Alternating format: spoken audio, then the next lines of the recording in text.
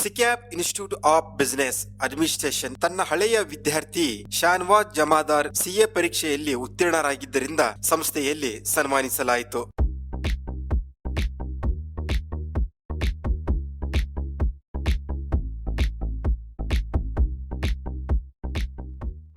ಶಾನ್ವಾಜ್ ಜಮಾದಾರ್ ಮಾತನಾಡಿ, ಸಿಎ ಪರೀಕ್ಷೆಯಲ್ಲಿ ನಾನು ಉತ್ತೀರ್ಣರಾಗಲು ಸಿಕ್ಯಾಪ್ ಶಿಕ್ಷಣ ಸಂಸ್ಥೆಯಲ್ಲಿನ ಶಿಕ್ಷಕರ ಪಾಠ ಮಾರ್ಗದರ್ಶನ ಕಾರಣವಾಗಿದೆ. ನಿಜಕ್ಕೂ ಅವರಿಗೆ ನಾನು ಧನ್ಯವಾದಗಳನ್ನ ಹೇಳುತ್ತೇನೆ. ನನ್ನ ಓದಿಗೆ ನಮ್ಮ ತಂದೆ ತಾಯಿಗಳ ಬೆಂಬಲ ಕೂಡ ಇತ್ತು. ಪರೀಕ್ಷೆಯ ತರಬೇತಿಯನ್ನ ಬೆಂಗಳೂರಿನಲ್ಲಿ ಪಡೆದುಕೊಂಡಿರುವೆ.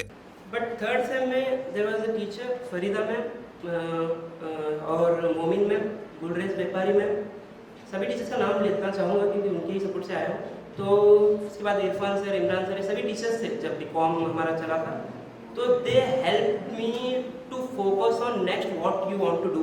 They told me you have such this thing brilliantness to understand and everything. Why do you just focus on doing MCom and all? Just at least once try CA exams. ವಿದ್ಯಾರ್ಥಿಗಳು ದೃಢ ನಿರ್ಧಾರದಿಂದ ಓದಿನ ಕಡೆ ಹೆಚ್ಚಿನ ಗಮನ ಹರಿಸಬೇಕು. ಯಾವತ್ತೂ ನನ್ನಿಂದ ಆಗುವುದಿಲ್ಲವೆಂದು ಕೊಳ್ಳಬಾರದು. ಸತತವಾಗಿ ಏಕಾಗ್ರತೆಯಿಂದ ಓದಿದರೆ ಮಾತ್ರ ನಾವು ಏನಾದರೂ ಸಾಧನೆ ಮಾಡಲು ಸಾಧ್ಯ. ಯಾವುದು ಯಾರಿಗೂ ಅಸಾಧ್ಯವಲ್ಲ. ಎಲ್ಲರಿಗೂ ಅವರದ್ದೇ ಆದ ವಿಚಾರಗಳು ಇರುತ್ತವೆ. ಅದನ್ನ ಬಳಸಿಕೊಂಡು ಓದಿದರೆ ಎಂತವರು ಸಾಧನೆ ಮಾಡಲು ಸಾಧ್ಯವಾಗುತ್ತದೆ. ಸಿಕ್ಯಾಪ್ ಸಂಸ್ಥೆಯಲ್ಲಿನ ಶಿಕ್ಷಣ ಮತ್ತು ಪ್ರಾಧ್ಯಾಪಕರು ನಿಮ್ಮ ಓದಿಗೆ ಸಂಪೂರ್ಣ ಸಹಾಯ ಮಾಡುತ್ತಾರೆ. ಅವರ ಮಾರ್ಗದರ್ಶನದಲ್ಲಿ ನಡೆಯಿರಿ ಎಂದು ವಿದ್ಯಾರ್ಥಿಗಳಿಗೆ ಸಲಹೆ ನೀಡಿದರು. So never ever underestimate yourself. Just believe in you.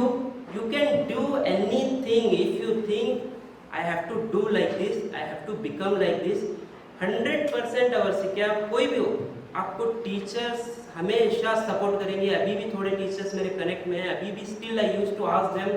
और एक चीज़, कभी भी अपने आप को स्मार्टेस्ट इन द रूम करके मत समझिए. और एक बात बताना चाहता हूँ, being a smartest in the room is not good enough to become a successful. ಬೆಳಗಾವಿಯ ರಾಣಿ ಚೆನ್ನಮ್ಮ ವಿಶ್ವವಿದ್ಯಾಲಯ ಸಿಂಡಿಕೇಟ್ ಸದಸ್ಯರು ಹಾಗೂ ಹಿರಿಯ ಪತ್ರಕರ್ತರಾದ ರಫಿ ಭಂಡಾರಿ ಮಾತನಾಡಿ, ಸಿಎ ಪರೀಕ್ಷೆ ಕಠಿಣವಾದದ್ದು, ಆದರೆ ಕಠಿಣ ಪರಿಶ್ರಮದಿಂದ ಆ ಪರೀಕ್ಷೆಯನ್ನ ಪಾಸ್ ಮಾಡಿಕೊಳ್ಳಬಹುದು. सीए की तालीम हासिल करना गोया लोहे के चने चबाने के बराबर है. मैं इस मौके पर ये चीज़ खासकर हमारे नौजवानों से, खासकर तलबा तालिबात से के सामने रखना ज़रूर समझता हूँ कि अगर हम खूब मेहनत करेंगे तो ज़रूर मंजिल पर पहुँच सकते हैं. आज का दौर कॉम्पिटिशन का दौर है.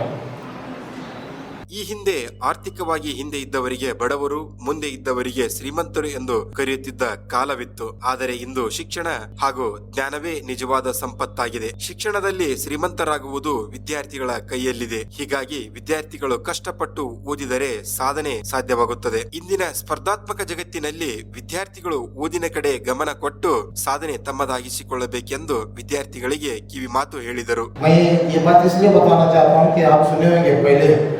एक बहुत ही अमीर तरह में किसे कहते थे, अमीर इसे कहते थे उसकी बड़ी खेती है, उसके बड़े बड़े उसके पास जेवरात है, सोना है, वो सब हमें का अमीर कहते थे.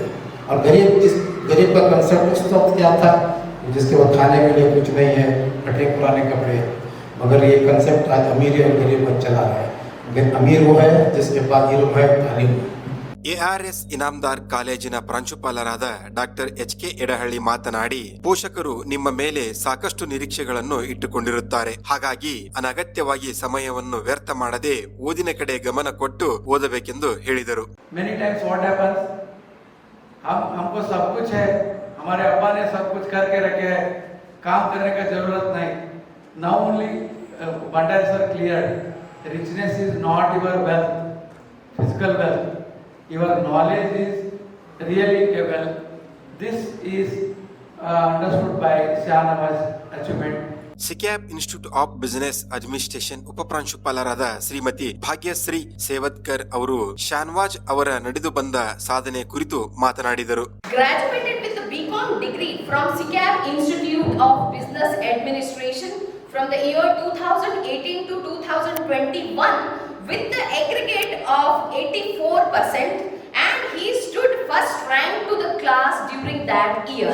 ಕಾರ್ಯಕ್ರಮದಲ್ಲಿ ಉಪನ್ಯಾಸಕರಾದ ಶಾಂಭವಿ ಸಜ್ಜನ್, ಶ್ರೀಮತಿ ಆಲಿಯಾ ಡಲಯತ್, ಶ್ರೀಮತಿ ಪುಷ್ಪಾ ಪಾಟೀಲ್, ಚಂದ್ರಶೇಖರ್, ನಿಂಗನಗೌಡ ಗುಜುಗೊಂಡ್, ಇರ್ಫಾನ್ ಹೆಬ್ಬಾಳ್, ಅಸ್ಲಂ ಸೊಲ್ಲಾಪುರ್ ಹಾಗೂ ವಿದ್ಯಾರ್ಥಿಗಳು ಭಾಗಿಯಾಗಿದ್ದರು. Last but not the least, I thank all the students present over here. May this felicitation inspire you to dream big, work hard and make us all proud in the years to come. Thank you all and all.